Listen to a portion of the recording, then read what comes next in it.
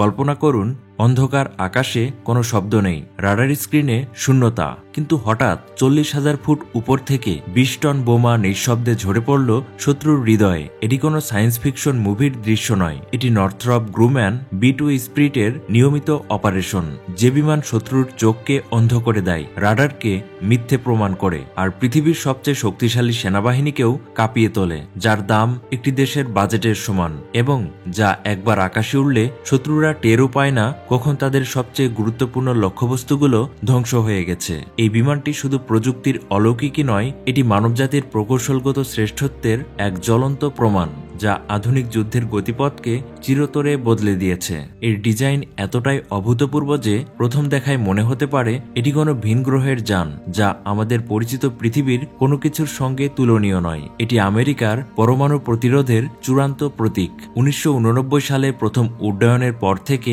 আজও এটি বিশ্বের সবচেয়ে রক্ষিত রাষ্ট্রীয় রহস্য। দর্শক, MRM ওয়ার্ল্ডের আজকের এই বিশেষ আয়োজনে আপনাদেরকে জানাবো B2 স্পিরিট, এই অদৃশ্য প্রেতাত্মা কিভাবে জন্ম নিল, এর পেছনের প্রযুক্তিগত রহস্য কি, এবং কিভাবে এটি যুদ্ধের ময়দানে তার অদম্য শক্তি প্রদর্শন করেছে। তাই অবশ্যই ভিডিওটির শেষ পর্যন্ত দেখার চেষ্টা করুন। শব্দের গর্জন ছাড়াই আকাশ পুড়ে এগিয়ে আসছিল এক ঝাঁক অদৃশ্য বিমান।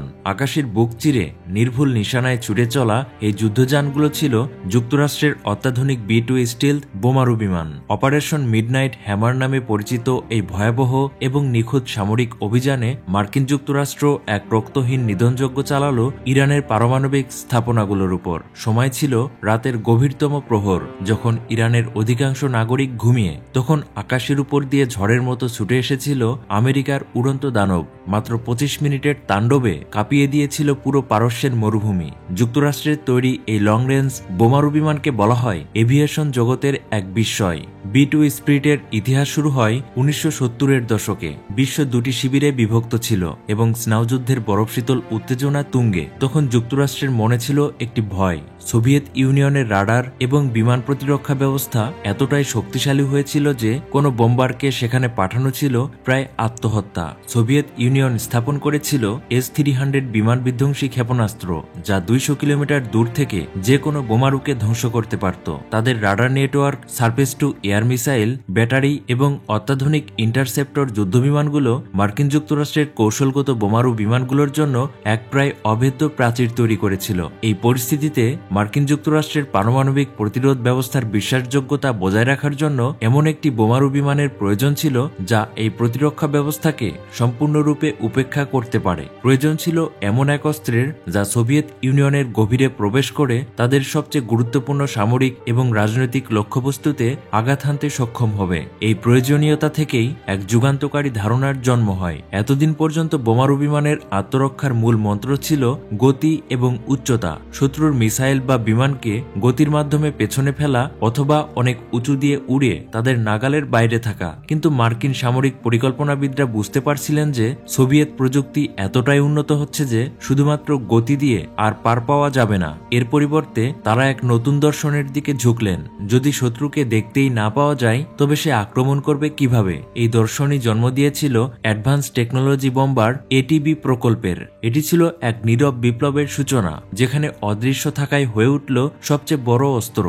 সময়টা ছিল 1988 সালের 22 নভেম্বর। ক্যালিফোর্নিয়ার পামডেলের জনমানবহীন মোজাভে মরুভূমির বুকে অবস্থিত মার্কিন বিমান বাহিনীর প্লান্ট 42 এর একটি বিশাল হ্যাঙ্গারের দরজা ধীরে ধীরে খুলতে শুরু করল। উপস্থিত সাংবাদিক, সরকারি কর্মকর্তা এবং আমন্ত্রিত অতিথিদের মধ্যে তখন চাপা উত্তেজনা আর ফিসফাস। কয়েক দশক ধরে চলমান স্নাউযুদ্ধের চূড়ান্ত পর্বে পেন্টাগনের সবচেয়ে গোপনীয় এবং কিংবদন্তিতুল্য প্রকল্পগুলোর একটি আজ জনসমক্ষে উন্মোচিত হতে চলেছে। যখন হ্যাঙ্গারের জমাট বাঁধা অন্ধকার ভেদ করে বস্তুটি বেরিয়ে এলো, তখন উপস্থিত সকলের মধ্যে বিস্ময়ের এক শীতল স্রোত বয়ে গেল।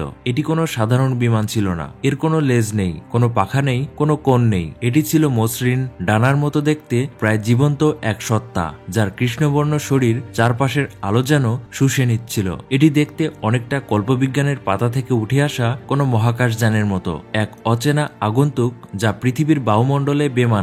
এটি ছিল B2 স্পিরিট। এটি শুধু একটি নতুন বোমারু বিমান ছিল না, এটি ছিল প্রযুক্তির অহংকার, সামরিক দর্শনের এক বৈপ্লবিক পরিবর্তন এবং আমেরিকান প্রকৌশলবিদ্যার এক চূড়ান্ত নিদর্শন। B2 স্পিরিট শুধুমাত্র তার প্রযুক্তি বা নকশার জন্যই বিস্ময়কর নয়, এর নির্মাণ ব্যয়ের জন্যও এটি ইতিহাসে স্থান করে নিয়েছে। সহজ কথায়, এটি এখন পর্যন্ত নির্মিত সবচেয়ে ব্যয়বহুল সামরিক বিমান। গবেষণা, উন্নয়ন, পরীক্ষা এবং উৎপাদন সহ প্রতিটি B2 বিমানের গড় খরচ দাঁড়িয়েছিল $2.2 বিলিয়ন মার্কিন ডলার। এই অঙ্কটি এতটাই বিশাল যে তা কল্পনা করাও কঠিন। এই খরচে নিউ ইয়র্কের ম্যানহাটনের মতো একটি ছোট শহর কেনা সম্ভব। মূলত মার্কিন বিমান বাহিনী 132টি B2 বোমারু বিমান তৈরির পরিকল্পনা করেছিল, কিন্তু এরই মধ্যে যুক্তরাষ্ট্রের প্রধান শত্রু সোভিয়েত ইউনিয়নের পতন ঘটেছে। ফলে যে প্রধান শত্রুর বিরুদ্ধে লড়ার জন্য এত বিশাল একটি বোমারু বিমান বহরের প্রয়োজন ছিল, সেই শত্রু আর রইল না। অন্যদিকে বিমানটির প্রোগ্রাম খরচ মাত্রাতিরিক্তভাবে বেড়েই চলছিল। এ কারণে সংখ্যাটি মাত্র 20-এ নেমে আসে। পরবর্তীতে প্রথম প্রোটোটাইপকে আরও 500 মিলিয়ন খরচ করে অপারেশনাল এয়ারক্রাফটে রূপান্তর করা হয়, অর্থাৎ মোট 21টি বিমান সার্ভিসে আনে যুক্তরাষ্ট্র। এর মধ্যে আবহাওয়া বিষয়ক সফটওয়্যার ত্রুটির কারণে একটি ক্রাশ করে 2008 সালে। B2 এর অবিশ্বাস্য ব্যয় শুধুমাত্র এর ক্রয় মূল্যের মধ্যেই সীমাবদ্ধ নয়, এর পরিচালনা এবং রক্ষণাবেক্ষণের খরচও আকাশ ছোঁয়া। প্রতিটি বিমান উড়াতে ঘণ্টা প্রতি গড় খরচ হয় $1.35 লাখ মার্কিন ডলার। একে সম্পূর্ণ এয়ার কন্ডিশন হ্যাঙ্গার রুমে রাখতে হয়, যার খরচ প্রায় $5 মিলিয়ন। এর বাইরে শুধুমাত্র রক্ষণাবেক্ষণ করতেই প্রতিটি বিমানের ক্ষেত্রে বছরে $3 থেকে $4 মিলিয়ন প্রয়োজন। এসব কারণে রিসার্চ অ্যান্ড ডেভেলপমেন্ট খরচ, আপগ্রেড খরচ মিলিয়ে প্রতিটি B2 এর পেছনে এখন পর্যন্ত $2.2 বিলিয়ন খরচ হয়েছে। এজন্য সামরিক বেসামরিক মিলিয়ে B2কে বিশ্বের সবচেয়ে দামি বিমানের তকমা দেওয়া হয়। B2 স্পিরিট একটি লং রেঞ্জ স্ট্র্যাটেজিক বোম্বার। একে বানানো হয়েছিল শত্রুদের খুবই ভেতরে ঢুকে নিখুঁতভাবে বোমা হামলা চালিয়ে সর্বোচ্চ পরিমাণে ক্ষয়ক্ষতি করার জন্য। বিমানটি চালাতে 2 জন পাইলট প্রয়োজন। দীর্ঘ সময় আকাশে উঠতে হয় বিধায় এতে বেশ কিছু ইউনিক ফিচার রয়েছে, যেমন পাইলটদের প্রকৃতির ডাকে সাড়া দেওয়ার জন্য টয়লেট রয়েছে। এছাড়া খাবার গরম করার জন্য মিনি কিচেন রয়েছে। অটো পাইলট সিস্টেম থাকায় একজন ককপিটে বসে থেকে আরেকজন পেছনের করিডোরে প্রয়োজনে ঘুমাতে পারে। তবে মাঝ আকাশে তেল নেওয়ার সময় দুজনকেই ককপিটে থাকতে হয়। বিমানটির স্টেলথ সুবিধার কারণে রাডারকে ফাঁকি দিয়ে শত্রু এলাকার অনেক ভেতরে ঢুকে হামলা চালাতে পারে। এটি 50,000 ফুট অর্থাৎ 15 কিলোমিটার উচ্চতা দিয়ে উঠতে সক্ষম, যা শনাক্ত করা রাডারের পক্ষে আরো কঠিন করে তোলে। B2 তার দুটি অভ্যন্তরীণ ফুয়েল ট্যাঙ্কে 75,750 লিটার জ্বালানি নিয়ে সর্বোচ্চ 1010 কিলোমিটার ঘন্টা গতিতে একটানা 11,000 কিলোমিটার দূরে গিয়ে অপারেশন চালাতে সক্ষম। তবে মাঝ আকাশে ট্যাঙ্কার বিমান থেকে একবার ফুয়েল নিলে রেঞ্জ বৃদ্ধি পেয়ে 19,000 কিলোমিটার হবে। ফলে একাধিকবার ফুয়েল নিয়ে সারা পৃথিবীর যে কোনো প্রান্তে গিয়ে হামলা চালিয়ে আবার যুক্তরাষ্ট্রে ফিরে আসা সম্ভব। এজন্য B2 স্পিরিটকে সন্দেহাতীতভাবে বিশ্বের সেরা বোমারু বিমান বলা যায়। এর সমকক্ষ কোনো বিমান অন্য কোনো দেশের কাছে নেই। তবে সম্প্রতি চীন এর কপি ভার্সন তৈরি করেছে। এর আগে সোভিয়েত ইউনিয়ন বেশ কয়েকবার বিমানটি সম্পর্কে তথ্য চুরি করতে গিয়ে ব্যর্থ হয়।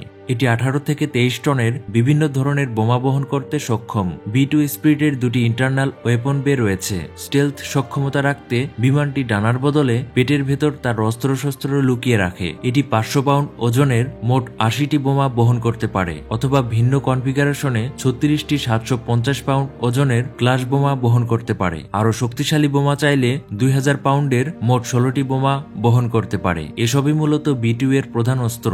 এটি 500 থেকে 2000 পাউন্ডের আনগাইডেড বোমাগুলোকে মিসাইলের মতো নিখুঁত স্মার্ট বোমায় পরিণত করতে পারে। ট্রেনিং এ দেখা গেছে ZDAM বোমাগুলো যদি টার্গেট মিস করে তবে তার GPS কোঅর্ডিনেটের বড়জোর মাত্র 7 মিটার আশেপাশে পড়েছে। এ কারণে খেয়াল করে দেখবেন যে চলমান বিভিন্ন যুদ্ধে বেশিরভাগ মার্কিন বিমান হামলাগুলো খুবই নিখুঁত হয়ে থাকে। এবার মিসাইলের কথায় আসা যাক। B2 বোম্বারটি মোট 36টি স্যান্ডঅফ মিসাইল বহন করতে পারে, যার রেঞ্জ 22 থেকে 130 কিলোমিটার। আরো দূর থেকে হামলার জন্য রয়েছে air to surface cruise missile, যার রেঞ্জ 370 থেকে 925 কিলোমিটার। এ ধরনের মিসাইলও মোট 16টি বহন করতে পারে। ফলে বহু দূর থেকেও শত্রুর উপর আঘাত হানার সক্ষমতা রয়েছে B2 এর। এগুলো তো গেল কনভেনশনাল ওয়ারহেডের হিসাব। নিউক্লিয়ার অস্ত্র হিসেবে এই বিমান মোট 16টি B61 বা B83 নিউক্লিয়ার বোমা বহন করতে পারে। প্রতিটি B61 বোমার ধ্বংস ক্ষমতা 0.3 থেকে 400 কিলোটন এবং B83 এর ধ্বংস ক্ষমতা 1.2 মেগাটন। অর্থাৎ বুঝতেই পারছেন যে একটি শহর সম্পূর্ণরূপে ধ্বংস করে দেওয়ার ক্ষমতা রয়েছে একটি মাত্র B2 স্পিরিট বোমারু বিমানের।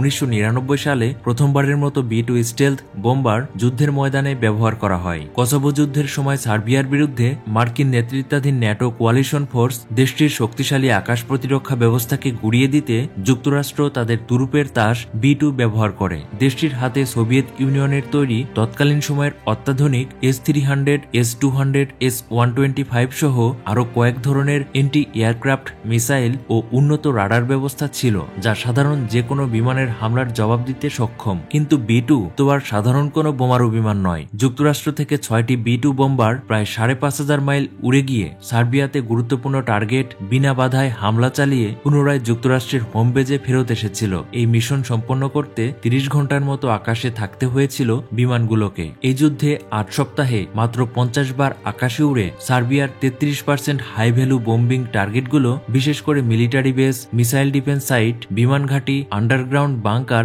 B-2 বোম্বার একাই ধ্বংস করে। একে মিসাইল মেরে ভূপাতিত করা তো দূরের কথা, সার্বিয়ার সমস্ত রাডার সিস্টেম B-2 স্টেলথ বোম্বারগুলোকে শনাক্ত করতেই ব্যর্থ হয়। B-2 বোমারু বিমানটি এখন পর্যন্ত ইরান, ইরাক, আফগানিস্তান ও লিবিয়ায় ব্যবহৃত হয়েছে। আল কায়দা নেতা ওসামা বিন লাদেন হত্যায় প্রথমে 32টি JDAM অথবা একটি MOP বাংকার ব্লাস্টার বোমা ফেলার পরিকল্পনা করা হয়, কিন্তু নিরীহ পাকিস্তানি বেসামরিক লোকজন মারা যাওয়ার আশঙ্কায় সেটি বাতিল করে দেওয়া হয়। 2017 সালে দুটি B-2 বোমারু বিমান 34 ঘন্টার এই ফ্লাইটে যুক্তরাষ্ট্র থেকে লিবিয়ায় উড়িয়ে গিয়ে IS জঙ্গিদের ট্রেনিং ক্যাম্পে হামলা করে ফিরে আসে। টানা 34 ঘন্টার ফ্লাইটের কথা শুনে হয়তো ভাবছেন যে একটি বিমান একটানা কতক্ষণ আকাশে উঠতে পারে। তাহলে জেনে রাখুন আরেকটি চমকপ্রদ তথ্য।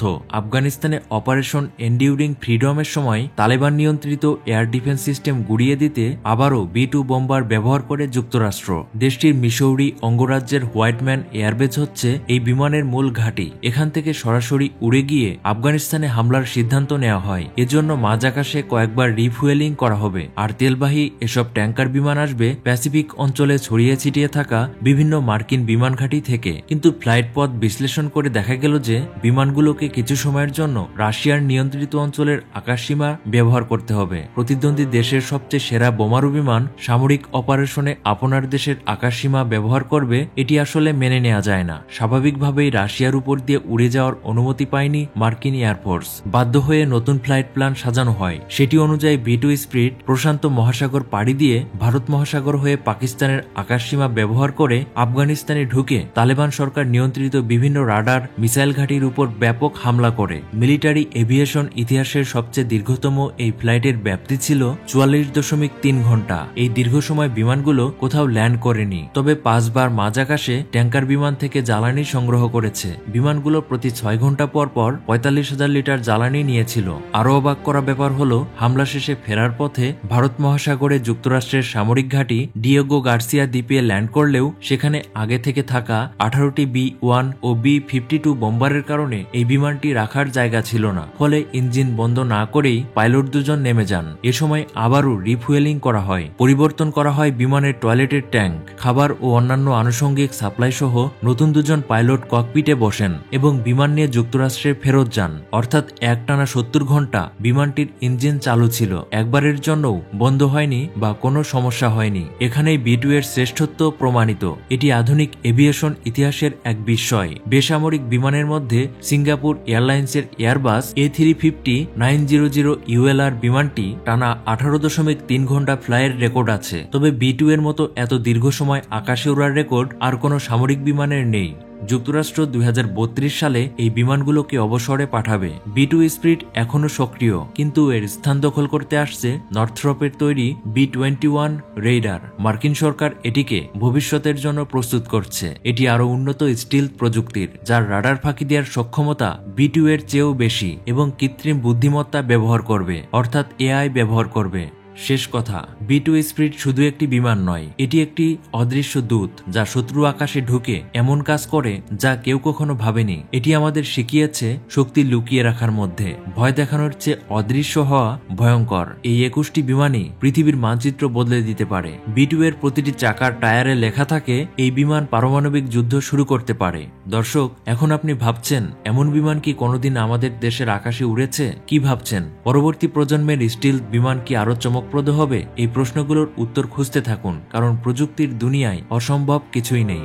দর্শক, কমেন্টে আপনার মতামত এবং ভিডিওটি কেমন লাগলো তা অবশ্যই জানাবেন, আর সেই সাথে লাইক, শেয়ার এবং অবশ্যই আমাদের এই চ্যানেলটি সাবস্ক্রাইব করে রাখুন। ধন্যবাদ।